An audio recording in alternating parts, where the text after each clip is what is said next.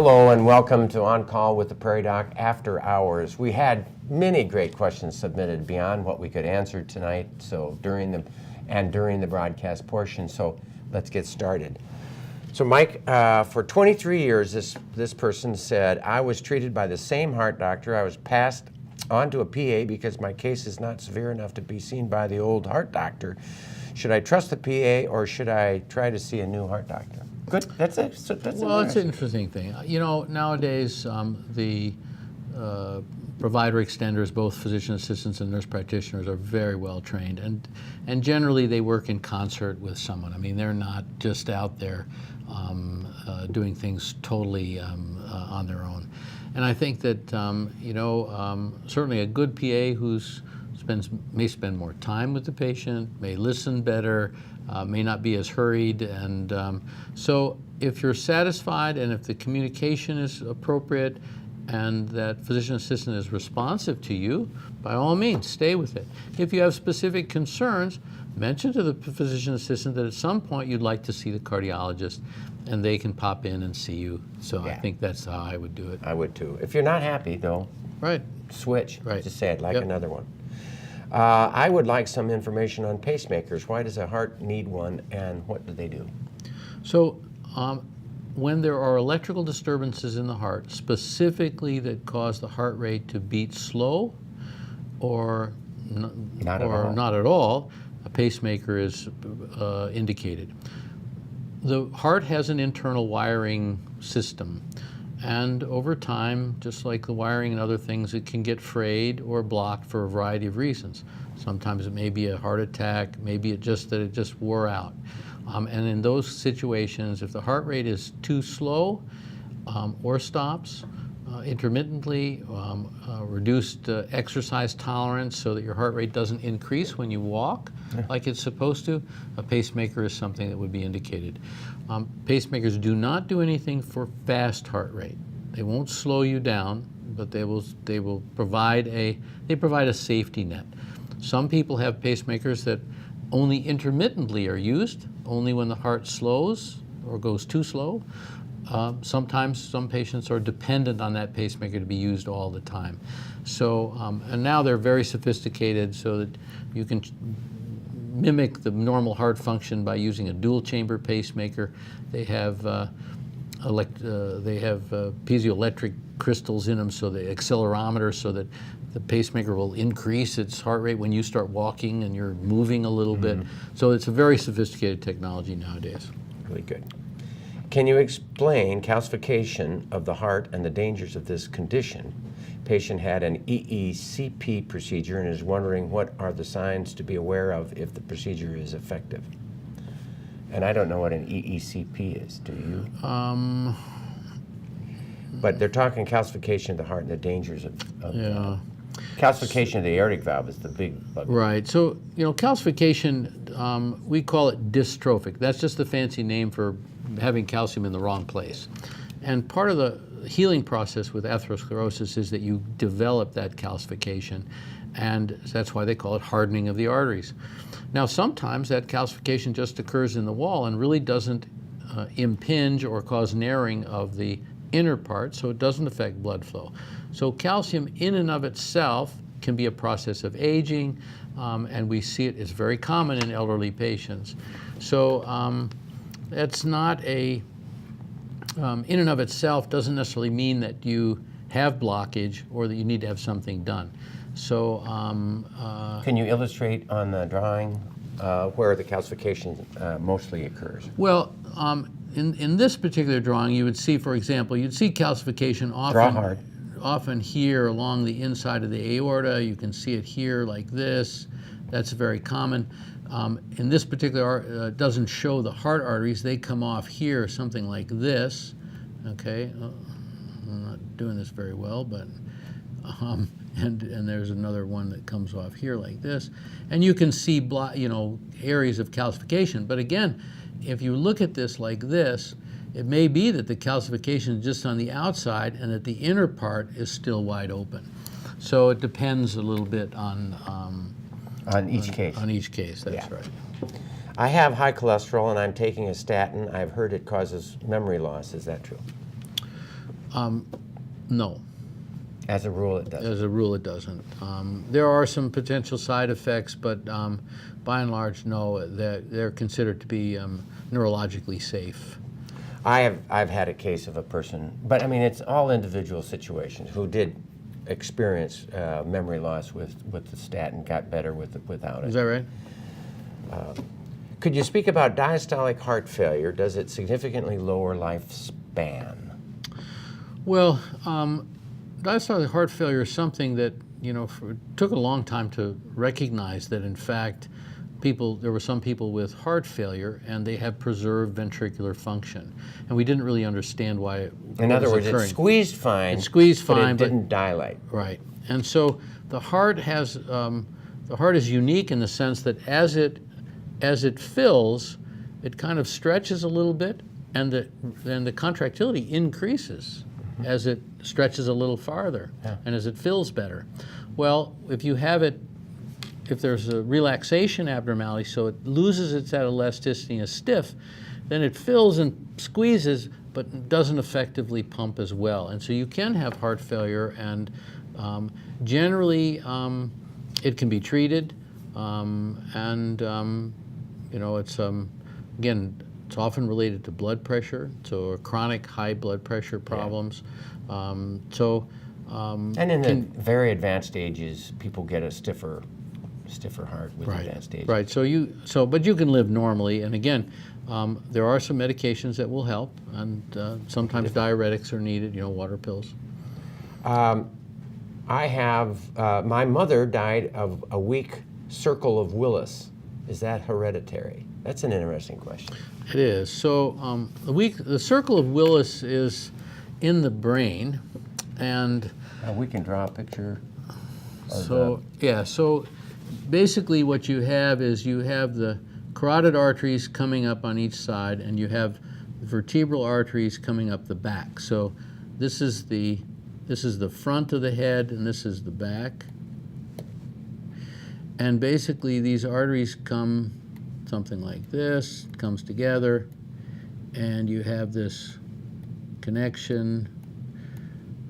I'm not doing this very well, but so basically this is considered the circle of Willis here. It provides for blood flow so that it allows blood flow to come up one side, and if you have a blockage on the other side, it would cross over. So you have this, both a communicating artery here in the front, in the anterior and posterior segments. So this is the circle of Willis. Now, a weak circle of Willis, I presume that means it either had an aneurysm or some kind of rupture. Or genetic. Yeah, so I'm not aware of specifically a weakness of this. This is a arterial formation that all of us have to some extent. It's a protective mechanism to allow blood flow to come around, and basically if you lose one of those arteries, you still have blood flow potentially going to the brain. If you're very concerned about it, certainly it's something to visit with a neurologist about. They may or may not need a little bit more information about what actually happened to Mom, Right. To decide whether additional brain imaging is required. Right. I would, it just depends upon, the point is it's there as a backup if there's blockage of one of the arteries. Right. Are there treatments for ventricular ectopic beats? That's a good question. Yeah.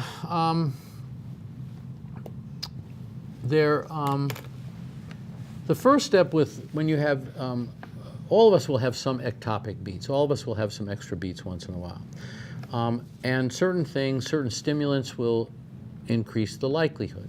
So caffeine, caffeinated teas, chocolate. Cocaine. Some of the Amphetamine. some of the over-the-counter medications, decongestants, those types of things, which are pseudoephedrine. Again, those are stimulants, and so the first step is to stop those things and to reduce your intake of those. Especially, if you're drinking 2 pots of coffee a day, maybe that's why you're having some of these ectopic beats. Yeah. Unless they occur very frequently, most of the time they don't cause any problem. They're not causing any heart damage. If they become more frequent, become bothersome so that you notice them and are more aware, first step would be a beta blocker to try and slow the heart a little bit or to reduce the ectopic beats. There In advanced cases, there are actually ablation techniques, like we talked a little bit about before, that can be used to ablate those sources, those electrical stimuli that occur that cause those extra ectopic beats.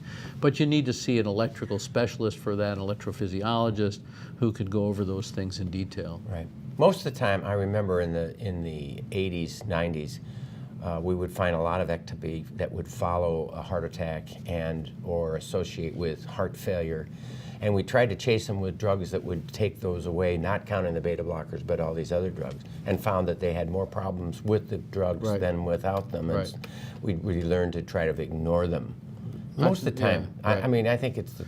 Yeah, and there were a number of medications that were taken off the market because of the fact that from that cardiac rhythm suppression trial, CAS trial, that showed that, so that's right. It reduced the ectopy, but they died more frequently. They died more frequently, that's right. Do you have to do breathing in addition to the compressions when performing CPR? No, not under the current guidelines, no. It's wonderful new news, because actually if you don't breathe, the blood system gets a little more acidotic, and it is to the advantage of the body to have a little bit of acidosis, apparently, for resuscitation. Had you heard that? No, I hadn't heard that, but it certainly makes it a lot easier, so you don't have to put your mouth on someone who you don't know, or someone maybe who's, just been sick, or, The whole 9 yards. It keeps people from wanting to do this. Right. I had a pacemaker put in because of a slow pulse. Should I be worried about other problems because of my current problems? No, not necessarily. If you're functioning well and you're doing your activities of daily living, not having any issues, there are protocols to monitor your pacemaker to make certain that it's working appropriately, to make certain that it's not near end of life, because the batteries don't last forever, but they can be replaced. So those would be, and whoever put the pacemaker in, I'm sure, has instructed that individual. Majority of time, though, it has no association with vascular disease. Right, that's It's just an electrical system, That's and exactly that's right. it. Yep. As opposed to, if you have a vascular problem to the brain, you very likely may have vascular problems everywhere else. That's right. I have had a pulmonary embolism. I have heard that the filter put in could break and go through my body. Is this true? Well, so pulmonary embolism is caused by a venous clot. So this is a little different than arterial disease, which we've talked about. Venous clots can occur. They typically occur in the legs, often because of prolonged immobility. So if you're had an operation, long transatlantic flight, long car ride where you didn't get up out of the car, trucker, those kinds of things put you at risk. Clots, about 80% of pulmonary emboli, which is a clot that goes in the lung, typically arise from the legs. They can come from other places, but most of the time that's where they come from. So the treatment for them is blood thinner. Now, in patients who can't take blood thinner, are at increased risk for bleeding, or, or say they've had an automobile accident and there's trauma involved, often get placed an IVC filter. These filters have changed over time, and many of them now are designed to be removed, but there's a finite period that they can be in before they can be removed. There have been some issues, and you may have seen some of the legal advertisements on television where they're talking about various either migration or fracture of the filter. The filter looks like a sort of a little bit umbrella is what it sort of looks like in a variety of different configurations. And there have been some problems. The likelihood of having an issue, though, is very low, but not zero. If it goes anywhere, typically it would go up, and it would stop in the lung. It can't go to the brain, can't cause a stroke, but it could go up into the heart, or into the right side of the heart, or into the lung if it was to fracture. Many of these, if they're very concerned about it, they should be evaluated. Some of these can be removed. Again, it depends on the circumstance of why it was put in. But the majority of the time, the majority of the problem, it's not an issue, and frequently you can do a CAT scan and try and look for fractures and see if there's a problem. Yeah, but once you've had a pulmonary embolism, the new data is you're on an anticoagulant. That's correct. at least for, for a finite period. Yep. Right. Well, that's our last question, Michael. Okay. All right. Great. Thank you so much. Yeah. Thank you for joining us on our website. We appreciate all of your questions and the opportunity to answer them. So until next time, from all of us at On Call with the Prairie Doc, stay healthy out there, people.